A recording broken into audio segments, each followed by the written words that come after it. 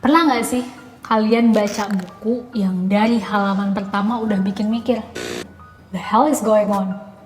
Dari awal udah disuguhin perspektif dari serial killer yang sadis dan penuh rencana dengan ketenangan yang bikin gelisah. Ini bukan sekadar misteri pembunuhan. Ini teka-teki matematis plus astrologi plus psychopuzzle yang diracik dengan gila dan rapih banget. Halo, selamat datang kembali teman-teman semua. Ketemu lagi dengan aku, Putri, di Ballet Talks Bookmark. Kali ini aku mau rekomendasi dan bahas buku, non-spoiler ya, yang udah nggak asing nih pasti. Apalagi buat cewek-cewek penggemar novel misteri, ini tuh salah satu cult klasik, yaitu Tokyo Zodiac Murders. Buku ini ditulis oleh Shoji Shimada, salah satu tokoh penting dalam gerakan Shin Honkaku, genre dari Jepang yang mendorong misteri dengan logika super ketat, petunjuk lengkap, dan twist yang adil buat pembaca. Dia bukan cuma novelis, tapi juga seniman dan desainer, jadi kita bakal ngerasain banget nih sense of structure-nya yang sangat presisi di bukunya. Nah, cerita dimulai dari ditemukannya diary milik Heikichi Umezawa, seorang seniman eksentrik yang dicurigai sebagai pembunuh sadis pada tahun 1936. Di dalam diary itu, Heikichi menuliskan rencana gilanya untuk menciptakan perempuan sempurna berdasarkan 12 zodiak. Caranya?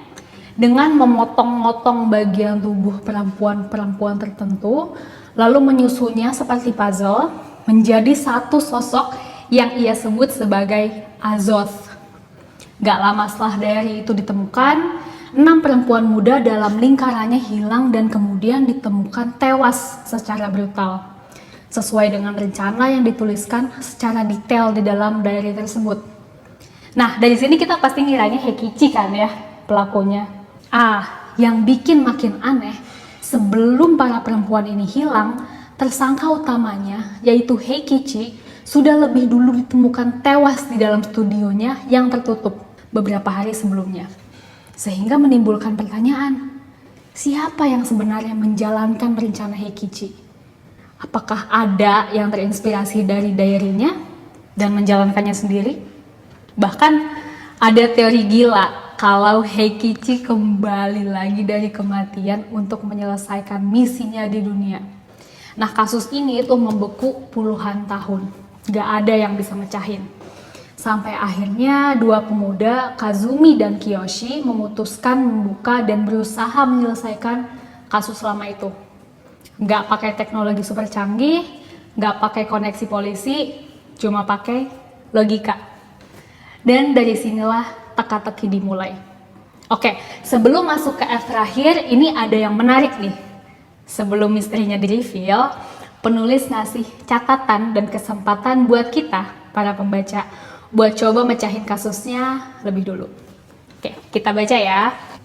Pembaca yang terhormat, bagaimana kalau Anda sekarang berhenti sebentar dan melihat apakah Anda dapat menjawab dua pertanyaan yang sangat sederhana sebelum semua diungkapkan di halaman-halaman berikutnya.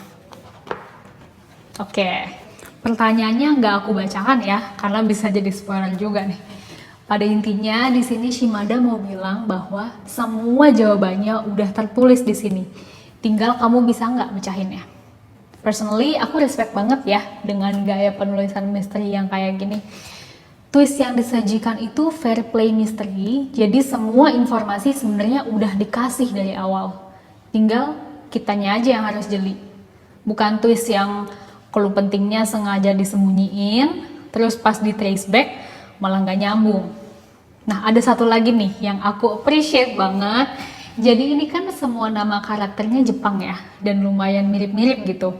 Aku gampang lupa siapa yang mana, tapi buku ini ngasih semacam daftar untuk nama-nama karakternya gitu ya, berisi nama dan role-nya. Jadi kalau lupa nama yang muncul ini, role-nya apa gitu, bisa dicek aja langsung di halaman depan. Dan meskipun ini novel misteri yang bagus banget dan aku rekomendasi banget gitu ya, cuma menurutku masih ada room for improvement buat novel-novel sejenis ini. Ini opini aku ya.